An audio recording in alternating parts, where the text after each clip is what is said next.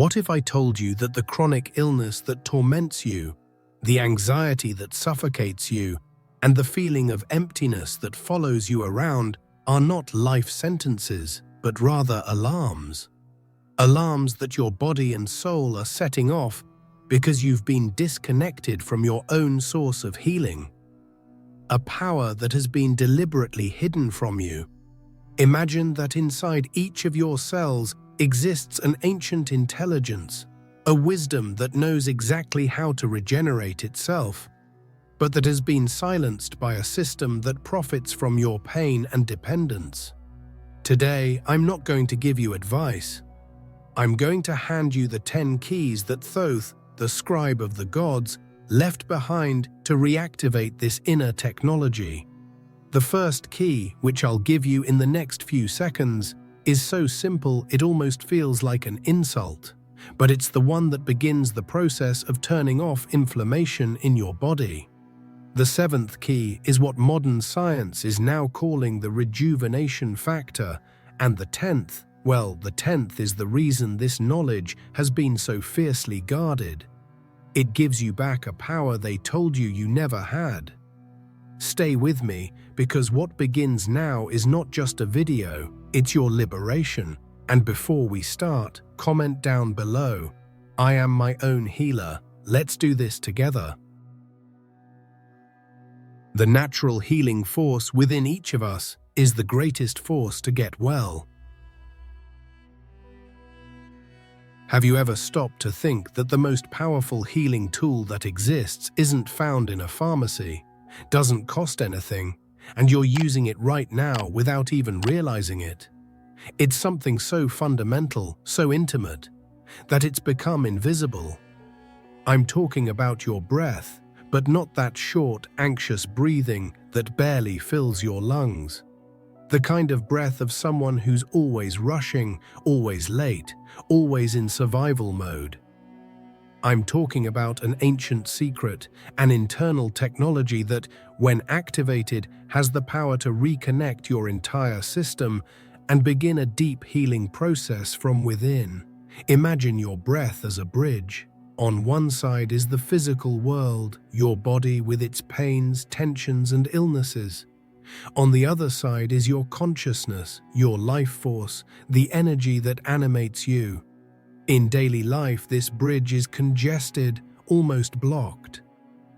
You breathe shallowly, and your vital energy simply can't cross over to nourish and repair your body. You feel tired, stressed, sick, and don't understand why. The truth is that you're depriving yourself of your own life source, second by second, without realizing what you're doing. The ancient sages, like Thoth, knew that mastering the breath was the first and most crucial step to mastering yourself, to mastering self-healing. They understood that the rhythm of your breath dictates the rhythm of your mind and your body. Chaotic breathing creates a chaotic mind and a sick body. Calm, deep breathing, on the other hand, creates a clear mind and a body that can finally begin to heal. This isn't mysticism, it's pure physiology. Modern science has only just begun to map what these masters already knew for millennia, proving how controlled breathing can change everything. When you take control of your breath, you send a direct and unmistakable signal to your nervous system. You are, in practice, hacking your own biology. Shallow, rapid breathing activates the fight or flight system, flooding your body with cortisol, the stress hormone, which causes inflammation and suppresses your immune system. But when you breathe slowly and deeply, you activate the parasympathetic system, the rest and digest mode. That's when the magic happens. Your cells get the message to stop fighting and start repairing. Now that you've understood how to calm the waters of your body through breathing, you need to face an even deeper truth, and for many, an uncomfortable one. Every thought that crosses your mind is not harmless. It's not just a passing cloud. Every thought is a seed.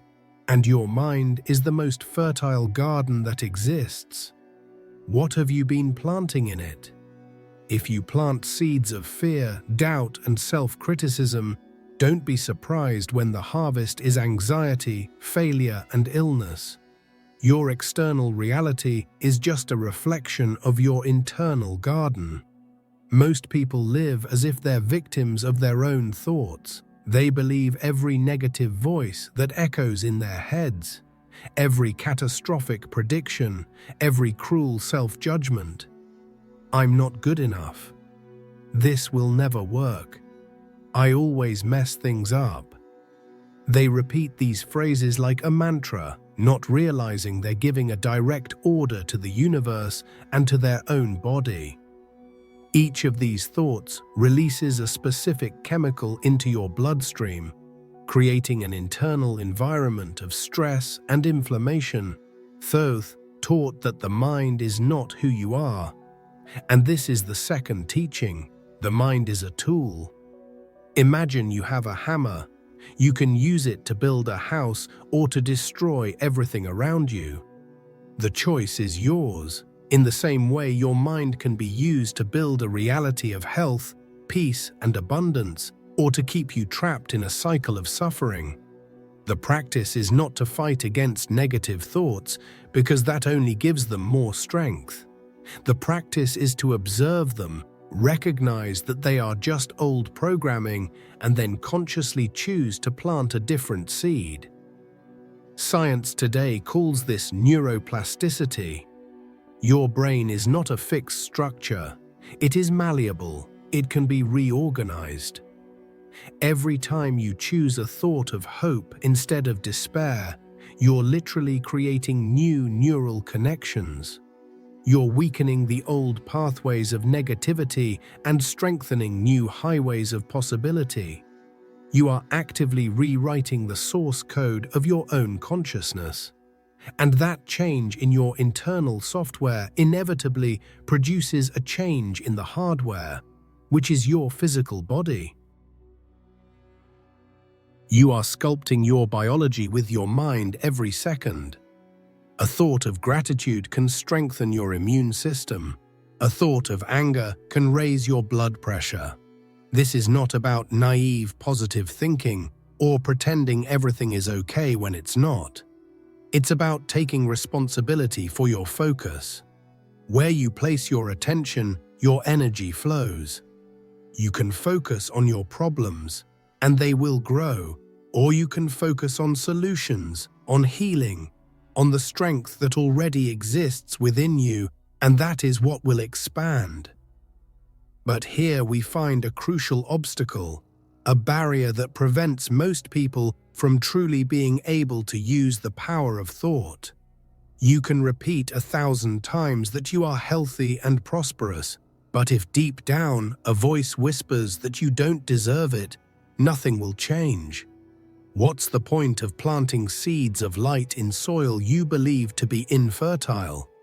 It's this internal belief of unworthiness that sabotages the whole process, and that's why the next teaching is the key to preparing the soil of your soul. The forgotten medicine that no pharmacy sells. You might have the calmest breath in the world and the most positive thoughts, but if you look in the mirror and feel disgust, if your inner voice is a relentless critic pointing out every flaw, every mistake, every imperfection, you're waging a war against yourself. And no one can heal in the middle of a war. Thoth's third teaching is the most fundamental medicine, and ironically, the most forgotten: self-love. You cannot heal a body you treat as an enemy. You cannot bring peace to a mind you constantly attack. Think about that for a moment. How many times today have you already criticized yourself? For what you did, for what you didn't do, for your appearance, for your performance. That inner voice, that cruel judge, acts like a poison given in small doses day after day. It keeps your nervous system on alert, as if the threat doesn't come from outside, but from within. Your body doesn't distinguish between a real threat and a threat created by your own mind. To your body, the stress of being attacked by a predator is the same as being attacked by your own self-criticism. Loving yourself has nothing to do with arrogance or narcissism. That's what the ego wants you to believe, to keep you trapped in the cycle of self-judgment. True self-love is an act of recognition. It's looking at yourself with all your scars, your flaws, and your shadows, and understanding that despite all of it, you are a sacred temple. It's the conscious decision to treat yourself with the same kindness, compassion, and patience you would offer to someone you deeply love. It's about stopping the inner war and finally signing a peace treaty with yourself. Science is just beginning to understand the biochemical power of self-compassion. When you practice kindness toward yourself, your cortisol levels, the stress hormone, drop dramatically. Your body leaves survival mode and enters restoration mode. Your heart rate variability improves, a sign of a resilient nervous system. Your body literally relaxes on a cellular level because it finally feels safe. The war is over, and the energy that was being used for self-defense can now be redirected toward healing. The practice can start simply, but its depth is transformative. Every morning, before the world tells you who you're supposed to be, look in the mirror. Not to judge the dark circles or the messy hair. Look into your own eyes and say out loud, "I approve of myself. I accept myself. I deserve to heal." At first, your mind will resist. It will feel fake, forced. But keep going. You are breaking years, maybe a lifetime of conditioning. You are planting a new seed in the soil of your soul. When you start treating yourself with love, something magical happens. Your relationship with everything around you begins to change because the outer world is a mirror of your inner world. And this new relationship of care and respect becomes very practical in the way you choose to nourish your body. After all, how do you feed a sacred temple? With junk or with what's purest? This is where self-love becomes action.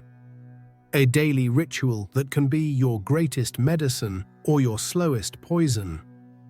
Now that you've started cultivating inner peace through self-love, this new awareness needs to manifest in the physical world, and there's no act more physical and fundamental than eating.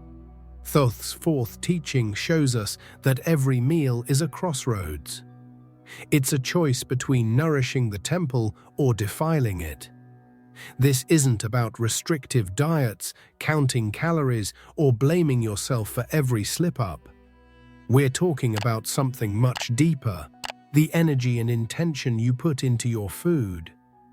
Think about how most people eat today. In front of the TV, with the news pouring out fear and negativity, scrolling through their phones, comparing their lives to others, standing in a rush, swallowing food without even tasting it. In this state of distraction, emotion, and stress, your body isn't prepared to receive food. The digestive system doesn't function properly. You could be eating the healthiest plate in the world, but if your mind is in a state of war, your body will absorb that conflict energy along with the nutrients. Thoth teaches that eating can be one of the most sacred rituals of your day. It's the moment when you take the energy of the earth, the sun, and the water and turn it into life within you. It's alchemy. To honor this process, the practice of mindful eating is essential. Before taking the first bite, pause. Take 3 deep breaths. Look at your plate. Feel gratitude for that food, for the journey it took to reach you. This simple pause completely changes your internal chemistry and prepares your body to receive. While eating, do only that. Turn off the screens, set aside your worries for a few minutes. Chew slowly. Notice the textures, the flavors, the temperatures. Be present in the act. You'll start to notice that your body has its own wisdom. It tells you when it's hungry, and more importantly, it tells you when it's full. Most of us eat until we feel stuffed, completely ignoring the subtle signals of satiety. Eating mindfully reconnects you with this innate body intelligence. The results of this practice go far beyond good digestion. By eating with mindfulness, you regulate your blood sugar levels, reduce anxiety related to food, and strengthen the mind-body connection. You stop using food as an emotional escape and start using it for what it truly is: fuel and medicine. You begin to develop such a deep respect for your body that the idea of putting processed, lifeless food into it becomes illogical, not because of an external rule, but because of an internal desire to care for yourself. But this awareness shouldn't stop at the dinner table. Eating is just one example of how our daily routines shape our health. How you sleep, how you move, how you start and end your day, these are all rituals. And each of these rituals can either bring you closer to healing or take you further away from it. This is where we realize that health is not built in isolated events, but in the tapestry of small choices we weave every moment. The hidden power in small daily choices. You are led to believe that healing requires grand gestures, expensive treatments, exotic retreats, radical overnight transformations. But Thoth's fifth teaching destroys that illusion. It reveals that the most powerful medicine isn't found in the extraordinary, but in the consistency of the ordinary. True transformation doesn't happen in one big leap, but in thousands of small steps taken in the same direction. It's your daily routines, the choices you make on autopilot, that are quietly shaping the state of your health. Think of your routine as the bed of a river. If the riverbed is winding, full of obstacles and pollution, the water, your vital energy, will flow weakly and contaminated. But if you, day after day, remove a stone, smooth out a curve, clear a little debris, the river starts to flow with more strength and clarity. Your routines are the bed of your river. Every sleepless night, every sedentary day, every rushed morning is another obstacle you place in the path of your own healing energy. Look at your life. Do you honor your sleep as the sacred repair time that it is? Or do you sacrifice your rest in the name of productivity or empty entertainment? The blue light from screens late at night not only disrupts your sleep, it throws your entire hormonal system out of balance, sending the signal that it's still daytime and not safe to relax. Having a consistent bedtime and wake-up time and creating a dark, quiet sanctuary in your bedroom can be more powerful than any sleeping pill because it aligns your body with the Earth's natural rhythms. And what about movement? We've been taught to see exercise as punishment, an obligation to burn calories. But Thoth reminds us that movement is celebration. Your body was made to move. Inertia creates stagnation, not just in your muscles, but in your lymphatic system, which is responsible for clearing out toxins. A simple 20-minute walk each day, done with presence and joy, can do more for your health than an exhausting gym session once a week, because it keeps your energy flowing consistently. The secret lies in consistency, not intensity. It's the drop of water that, day after day, carves through the hardest stone. Thoth teaches us to create rituals of power, especially at the beginning and end of the day, which are the gateways of our consciousness. Starting your day with 5 minutes of conscious breathing instead of scrolling, the newsfeed can shift the trajectory of your entire day. Ending the night by writing down 3 things you're grateful for instead of watching a violent show prepares your mind for deep and restorative sleep. These small sacred routines create a structure, a force field of well-being around you. They are your daily practice of self-love and respect. They anchor your healing intention in the material world. But even with the best routines, we may still feel disconnected, like something is missing. This happens because in the modern world, we've isolated ourselves from the greatest and most powerful source of healing that exists, a source that's just outside our door, patiently waiting for us to remember it. You've built sacred routines, you're caring for your inner temple, but you still feel a kind of emptiness, a fatigue that won't go away. Thoth's 6th teaching explains why. As a civilization, we've made the fatal mistake of divorcing ourselves from our mother, the earth. We live in concrete boxes, walk on asphalt, breathe air conditioning, and stare at screens that emit artificial light. We've forgotten that we're not just living in nature. We are nature. Every atom in your body was forged in a star and came from the dust of this planet. This disconnection is the root of many of our modern diseases, both physical and mental. Your body has an electrical rhythm, a frequency, and the planet Earth has its own frequency too. An electromagnetic pulse known as the Schumann resonance. For millennia, human beings lived in direct contact with the Earth, and our bodies were naturally tuned to this planetary pulse.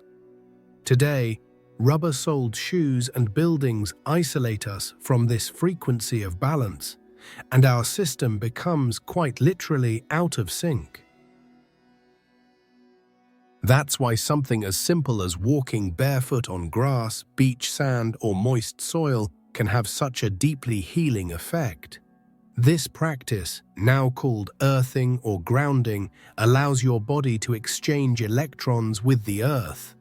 The planet offers an infinite supply of free electrons that act as powerful antioxidants, neutralizing free radicals and reducing chronic inflammation in your body, which is the root cause of most diseases. You are, quite literally, plugging into a source of healing energy. Nature is a symphony of healing. The air in a forest is filled with volatile compounds released by trees, called phytoncides, which, when inhaled, have been scientifically shown to strengthen the cells of our immune system. Sunlight, when absorbed in moderation, not only synthesizes vitamin D, essential for hundreds of bodily processes, but also regulates our circadian rhythm, our biological clock.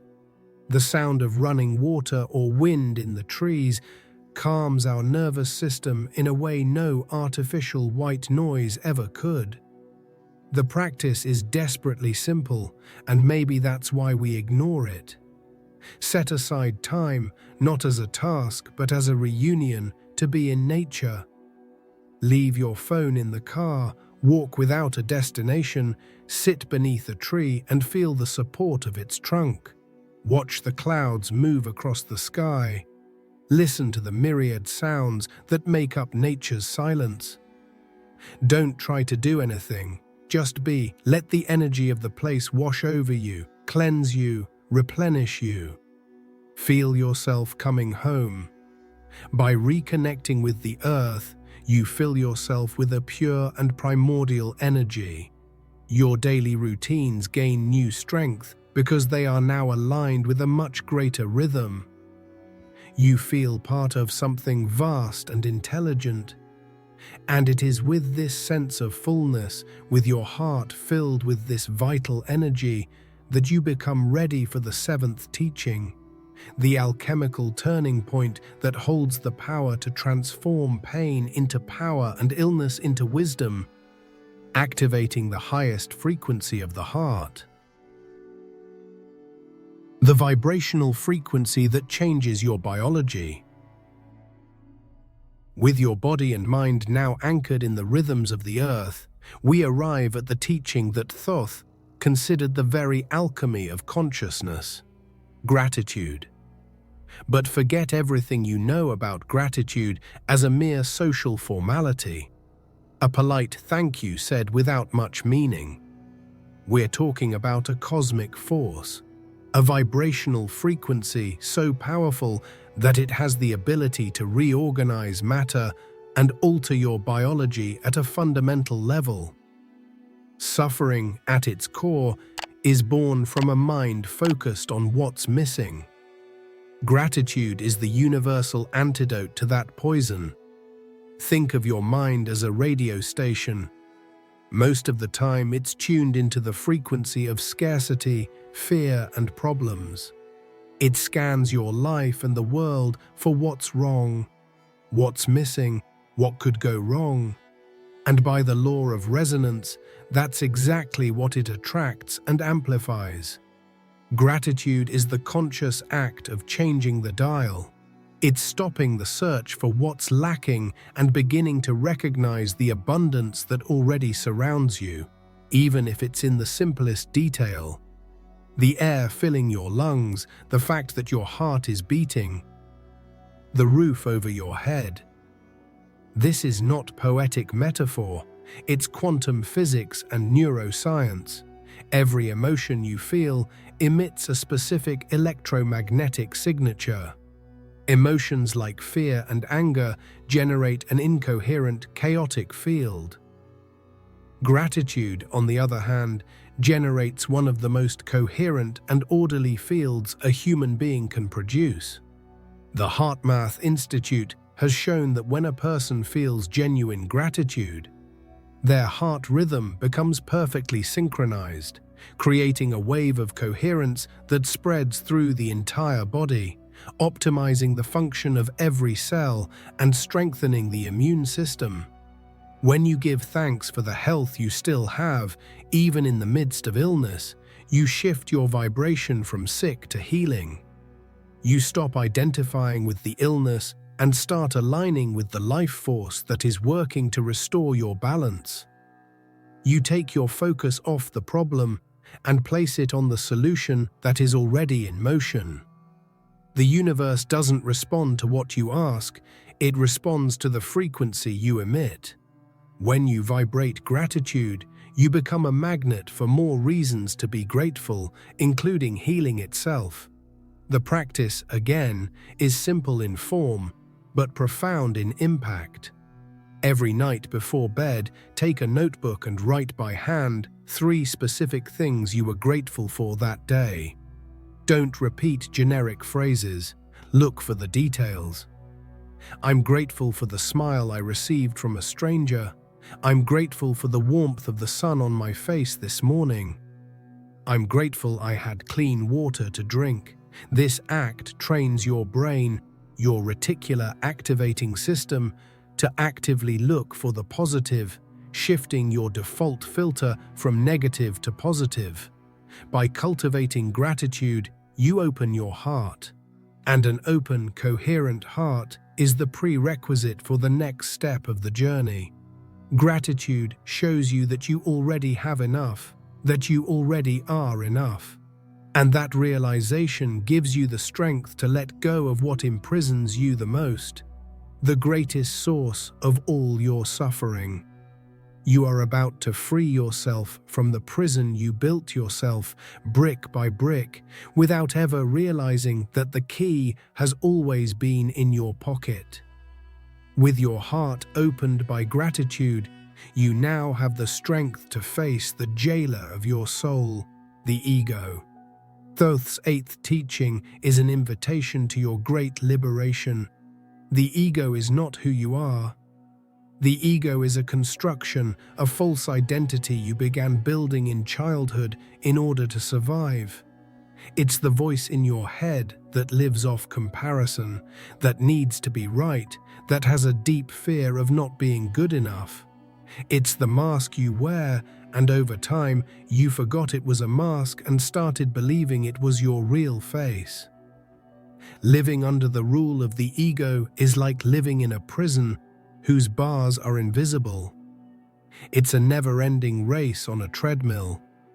You seek external validation, achievements, possessions, believing that when you reach the next goal, you'll finally feel complete.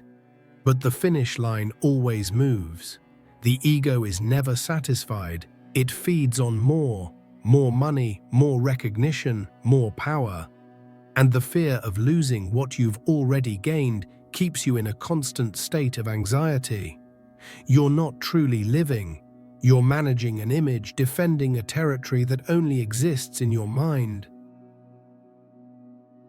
Detachment, as taught by Thoth, is not about becoming a monk and giving up all your belongings. That would just be another trap of the ego, the spiritual ego. True detachment is internal. It's living in the world, but not letting the world live inside you. It's having things, but not being owned by them. It's having success, but knowing your worth doesn't depend on it.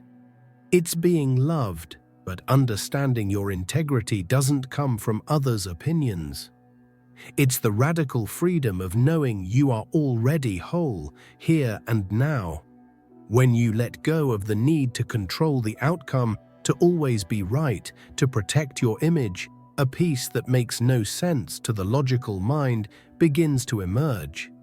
You stop fighting the flow of life and begin to dance with it. The people and situations that used to upset you lose their power over you, because they could only affect you when they found a hook in your ego. Without the hook of needing to be right or appear a certain way, those provocations simply pass through you, finding nothing to cling to. One of the most powerful ways to weaken the ego is to practice selfless service, doing something for someone else without expecting anything in return. Not even a thank you. It could be something small, like helping a neighbor or volunteering your time.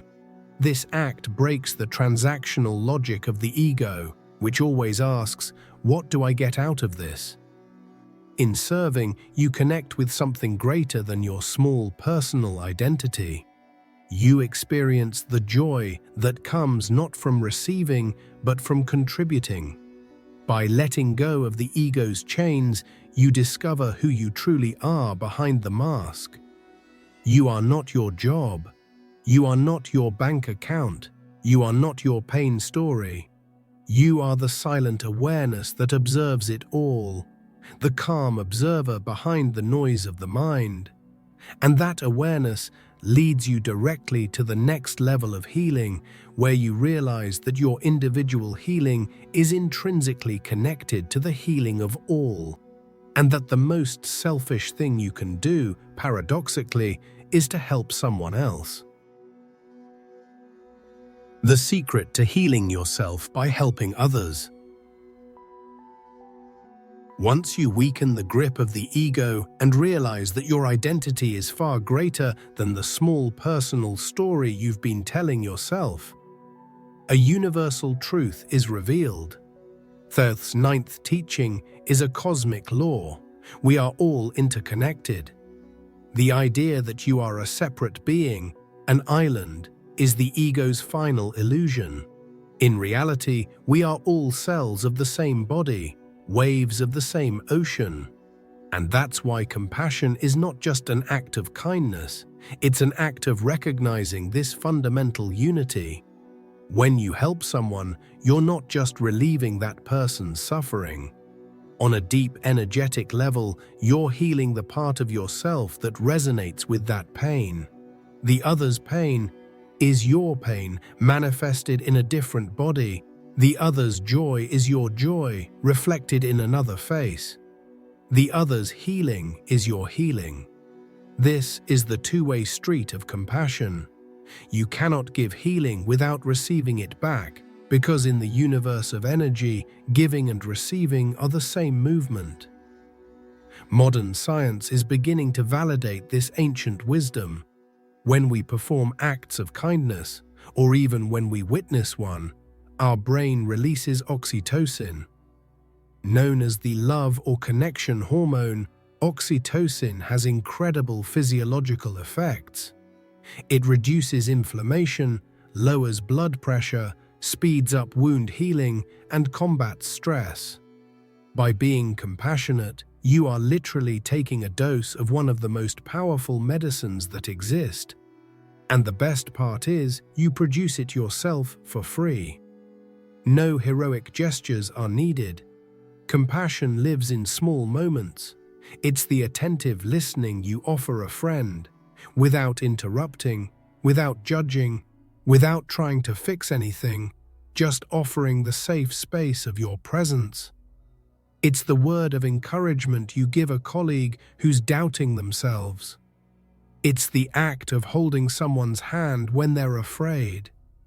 Each of these acts is a balm, a wave of healing that flows from your heart to the heart of another and inevitably returns to you.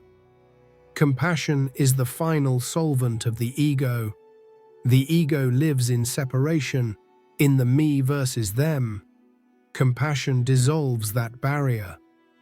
It forces you out of your own head, your own concerns, and into connection with another being's experience. And in that act of connection, you see the universality of suffering and the shared desire to be happy. You see yourself in the other, and that realization is deeply healing because it frees you from the loneliness of your own pain. We've now reached the summit, the teaching that gives meaning to all the others. After learning how to breathe, how to think, how to love yourself, how to nourish yourself, how to create routines, how to connect with nature, how to be grateful, how to release the ego, and how to be compassionate, Thoth gives us the final key, the simplest and yet the most difficult of all: trust. Trust the innate intelligence that created you and pulses through every one of your cells. Trust your healing power.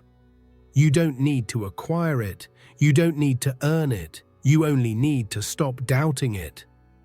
Think about the perfection of your body. Right now, trillions of processes are happening without your conscious intervention.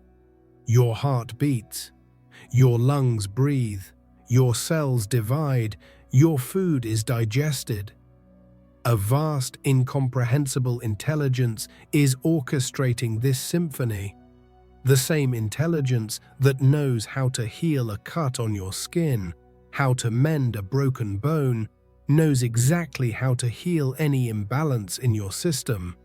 The only obstacle to that intelligence is your mind, which, with its doubts and fears, interferes with the process. We've been conditioned by a culture that taught us to outsource our power. From a young age, we've learned that the solution to our problems is always outside of us, in the doctor, the medication, the guru, the government. We handed over our authority and became passive in relation to our own health and well-being. The 10th teaching is a radical call to reclaim that authority. It's the recognition that you are the healer. Doctors, therapies, and medicines can be valuable tools, but the true healing power resides and has always resided within you. The 9 previous teachings are not rules to follow. They are tools to remove the blocks you've placed in the way of your life force. Conscious breathing removes the block of stress. Conscious thinking removes the block of negativity. Self-love removes the block of self-sabotage. Gratitude removes the block of scarcity. Each step has been a clearing, a purification of the channel so that the healing energy, always present, can finally flow freely. Believing in your healing power is not an act of positive thinking. It is a state of being. It is unshakable faith, not in something external, but in the life force itself that animates you. It is knowing, at a cellular level, that you are not a fragile machine prone to breaking, but a self-regenerating organism of astonishing complexity and intelligence. It is understanding that you are not your body, you are not your mind, you are not your illness. You are the consciousness that inhabits this body, the silent force that has the power to direct energy toward healing.